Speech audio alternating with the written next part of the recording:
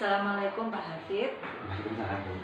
Iya, betul. Mohon maaf, saya saat ini meminta izin, minta waktu panjenengan untuk diminta wawancara dalam rangka program guru penggerak saya Pak Hafid, yaitu mengambil nilai keputusan.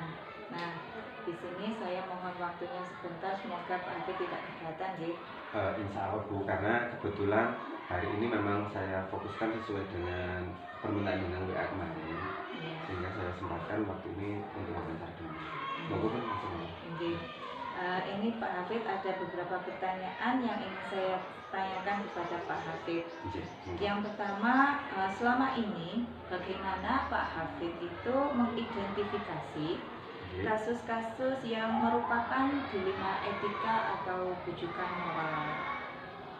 Bujukan moral itu kan menurut pendapat saya adalah sesuatu yang menurut hukum tidak bisa ditawar lagi. Yang kedua adalah dilema etika.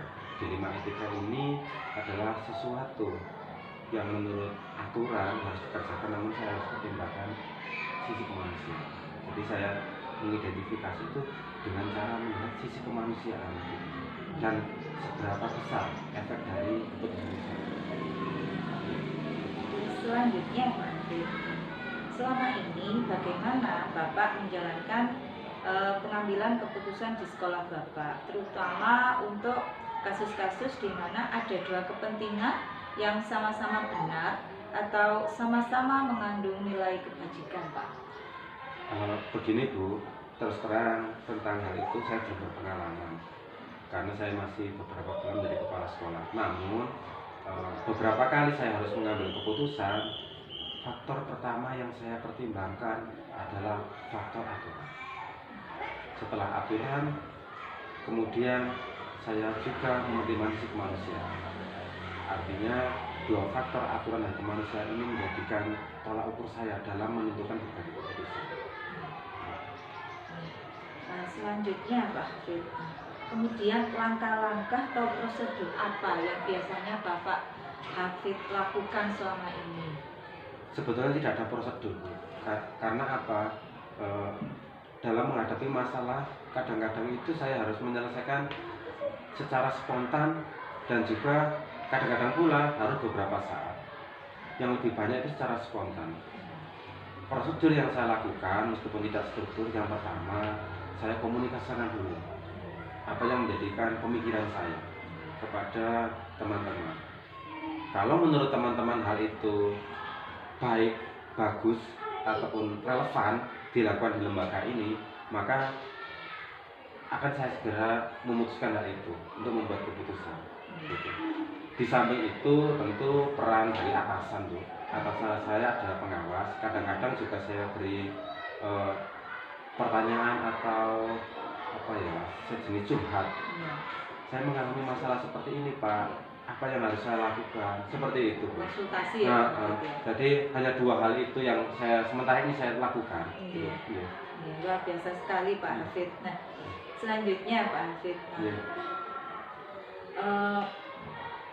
hal-hal apa saja Pak Hafid yang selama ini merupakan tantangan dalam pengambilan keputusan pada kasus-kasus dilema etika yang sudah Pak Hafid alami? Begini, Bu, tentu jenengan sudah tahu bahwa umur saya masih muda sebagai seorang pemimpin.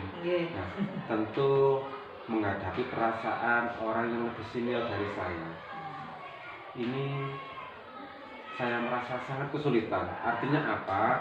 Saya berusaha menjalankan aturan yang berlaku dengan berbagai keputusan, namun saya harus juga mempertimbangkan usul, masukan, perasaan dari senior-senior saya. Bagaimanapun saya berpikir suatu saat nanti saya akan juga seperti mereka. Artinya jika orang tua itu ingin dihargai perasaannya, pendapatnya, masukannya, ini yang menjadi dilema saya. Gitu. Jadi intinya menghargai perasaan. Ini yang sulit. Penting. Menurut saya hal itu.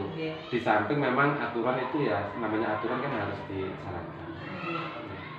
Nah, kemudian Pak Hafid, apakah Bapak memiliki sebuah tata kala atau jadwal tertentu dalam sebuah penyelesaian kasus dilema etika?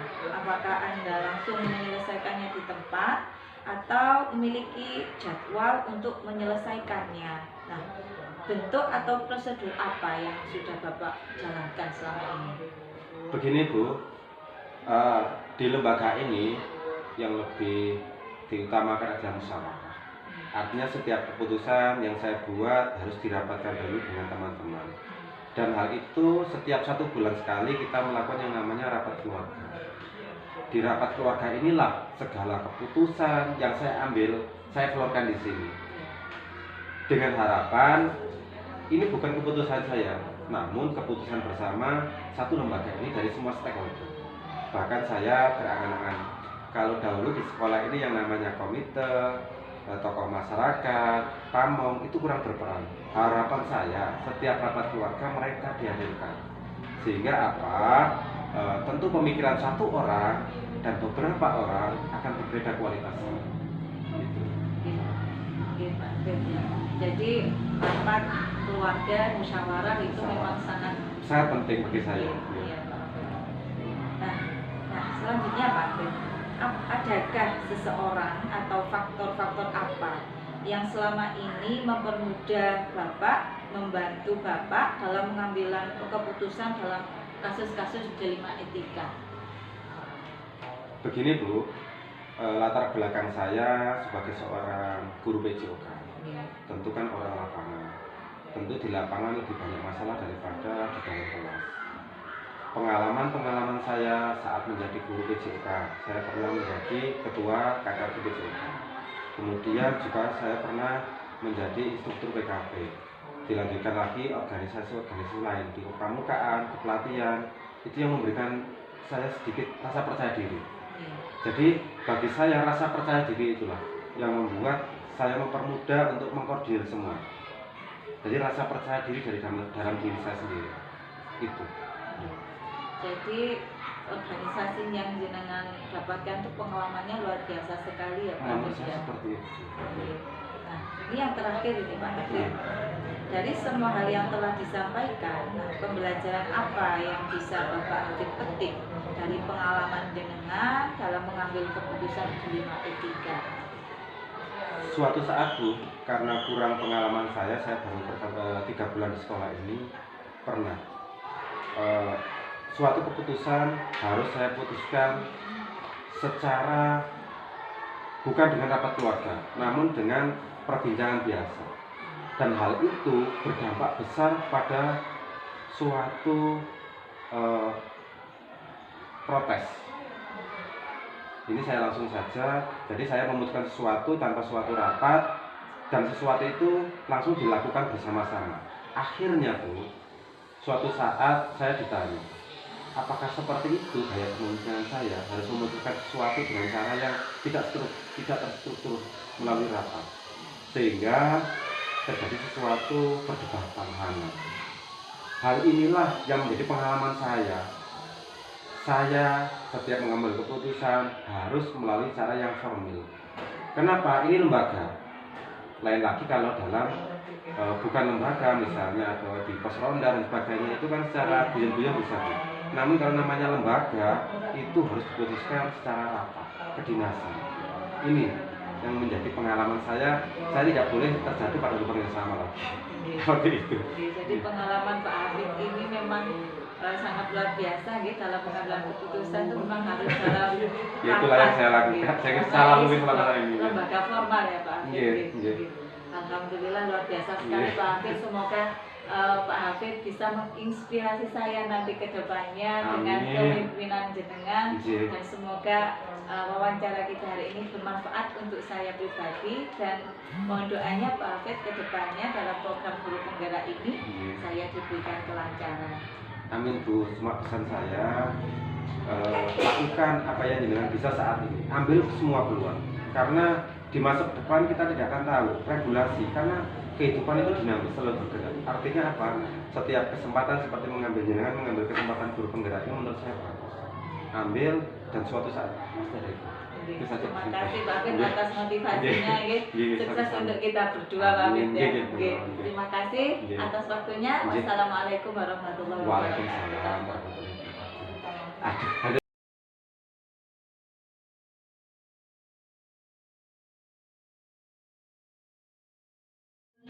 Assalamualaikum Bapak. Saya mohon izin. Nggih. Pada saat ini saya ingin melakukan wawancara dengan Bapak berkaitan dengan program guru penggerak, yaitu terkait dengan pengambilan keputusan yang bertanggung jawab dengan kepala sekolah. Nggih, monggo, monggo. Terima kasih Bapak atas waktu yang telah diberikan. Sebagai kepala sekolah, saya akan melihatnya dari berbagai sisi untuk memahaminya. Kemudian saya komunikasikan dengan pihak-pihak yang terlibat. Dan jika ada hubungannya dengan hukum, berarti rujukan moral. Tetapi jika benar di satu sisi dan juga benar di sisi yang lainnya, tentu itu adalah dilema etika. Saya akan mempertimbangkan dengan matang dan meninjau kembali dari berbagai yang ada serta mengutamakan kepentingan orang banyak dan yang dapat dipertanggungjawabkan. Mencari tahu penyebab permasalahan, mengkonfirmasi permasalahan dengan yang berkepentingan atau terlibat, dan berdiskusi dengan warga sekolah. Saya rasa semuanya akan efektif jika kita komunikasikan dengan baik dengan semua pihak yang berkepentingan sehingga tidak terjadi miskomunikasi dan dapat memahami situasi permasalahan dengan baik. Tantangannya adalah jika tidak adanya keterbukaan dari salah satu pihak, selain itu mencari solusi terbaik dari kedua permasalahan yang sama-sama benar. Untuk jadwal tertentu mungkin tidak ada, tetapi untuk prosedur penyelesaian jelas ada. Saya akan melihat prioritas dari kasus tersebut. Jika harus segera diselesaikan, maka akan secepatnya saya selesaikan dengan melakukan diskusi dan mengkomunikasikan dengan semua pihak untuk mencari solusi terbaik yang bagi semua pihak. Ya tentu, biasanya saya lakukan komunikasikan dengan semua warga sekolah dan terkadang juga berkonsultasi dengan rekan yang memiliki kedekatan secara personal dengan saya sehingga dapat membantu dalam mencari alternatif solusi. Intinya sebagai kepala sekolah, dalam membuat keputusan perlu melakukan berbagai pertimbangan dan melihat berbagai sisi, terutama membangun komunikasi yang baik dengan semua pihak. Dengan demikian akan menghasilkan keputusan yang terbaik demi kebaikan bersama.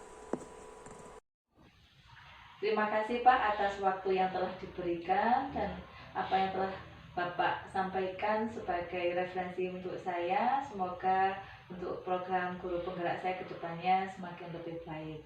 Ya, amin. Saya kira saya juga terima kasih. Mudah-mudahan saya doakan Ibu dalam program guru penggerak ini nanti berlanjut semangat. Ya. Amin. Terima kasih Pak. Ya. Assalamualaikum warahmatullahi wabarakatuh. Waalaikumsalam warahmatullahi wabarakatuh.